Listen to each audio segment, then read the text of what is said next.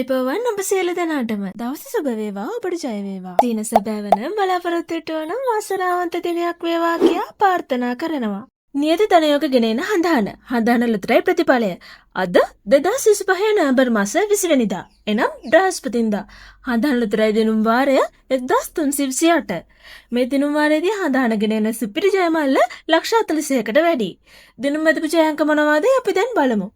දිනුමතු වාසනාවන්ත ලග්නය හා ජයාංක වන්නේ පිළිවෙලින් වාසනාවන්ත ලග්නය කුම්භ ජයාංක වන්නේ 50 48 47 34.